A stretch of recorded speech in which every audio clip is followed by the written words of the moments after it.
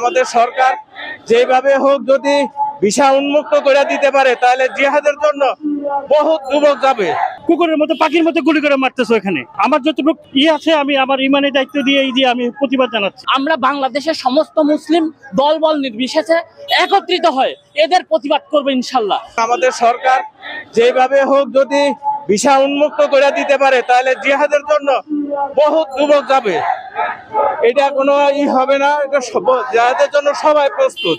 আমরাও যাব, আমাদের ছেলেমেয়েরাও পাঠিয়ে দেব। ইসলামের বিজয় খুব ঘনীভূত হয়ে গেছে। এটা যেহেতু সব মুসলমান এক হয়ে যাইতেছে, তাই ইহুদি খ্রিস্টানরা আর হবে না, আল্লাহর তরফ থেকে তাদের ধ্বংস হবে। আমি একজন মুসলিম হিসাবে এটা আমার দায়িত্ব, ইমানের দায়িত্ব।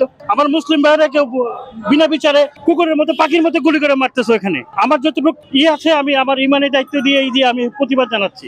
আল্লাহ দোয়া করি আমার এইটা আল্লাহ কবুল করুক এবং ওদের উপর আল্লাহ রহমত বর্ষণ করুক ফিলিস্তিনের উপর। এটা আমরা একটা সবাই ঐক্যে একটা আমরা জাতি ধর্ম বা সব রাজনৈতিক মানে নির্বাচনের কোনো নেই। এটা সব 5ই আগস্টে যেরকম হয়েছিল ওরকম সবাই আমরা একটা প্ল্যাটফর্মেই হচ্ছি আমাদের অস্তিত্ব রক্ষার জন্য, মুসলিম রক্ষার জন্য আমরা সবাই একত্রিত হয়েছি। 5ই আগস্টের বিপ্লবের পরে এটা আমাদের একটা জনতার যে একটা ঐক্য, এটা আবারও প্রমাণ করেছে আজকে। সেই আমরা সবাই চলে আসছি। বিশ্বের ইতিহাসে বিশ্বের জন্মলগ্ন থেকে এ পর্যন্ত নেতানিয়াহু ইসরায়েল এই শাসন ব্যবস্থা দেখেন। এর আগে আমরা আপনার তৈমুর লংকে দেখেছি, আমরা আপনার আলেকজান্ডারকে দেখেছি, আমরা আপনার আরো অনেক কঠিন শাসক দেখছি, কিন্তু তারাই কখনো ইসরায়েলি মানে তাদের নিজেদের কোনো নাগরিককে এভাবে এক জায়গায় থেকে গণহত্যা করে সরায় দিয়ে কখনো এই ধরনের আচরণ করেনি।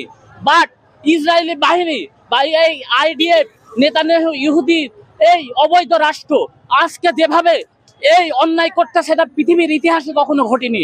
ভাইরা আমার, আমরা জানাই দিতে চাই আমরা বাংলাদেশের সমস্ত মুসলিম দলবল নির্বিশেষে একত্রিত হয় এদের প্রতিবাদ করবো ইনশাল্লাহ। আর বাংলাদেশে ইসরায়েল প্লাস ইসরায়েলের দোসরদের যত প্রোডাক্ট আছে আমরা অকপটে বয়কট করব এবং বিশ্বের যত মুসলিম ভাই ব্রাদার আছে সবাইকে আমরা আহ্বান জানাই আমাদের এই কর্মসূচিকে, আমাদের এই আবেগকে যেন সবাই মর্যাদা করে। আমরা আজকে দেখতে পাচ্ছি যে দেখেন বিশ্বের আমরা যদি বিভিন্ন সরকারের দোষ আমরা দিচ্ছি, বাট সরকার যারা এর আগে ফিলিস্তিনের যে প্রেসিডেন্ট ছিল তাকে মেরে ফেলা দিছে এবং মোহাম্মদ মুরসি সে ইসলামের ফিলিস্তিনের পক্ষে ছিল, তাকে মেরে ফেলা হয়েছে।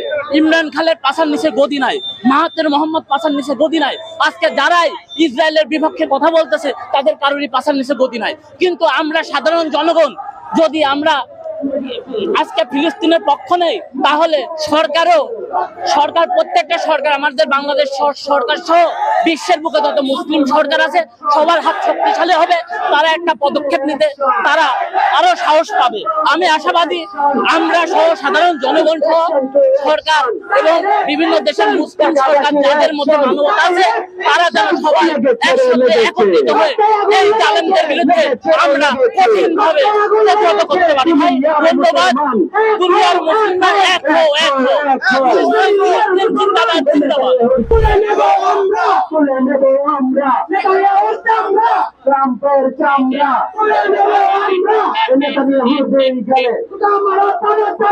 আমারও তলে তলে অ্যাকশন টু অ্যাকশন।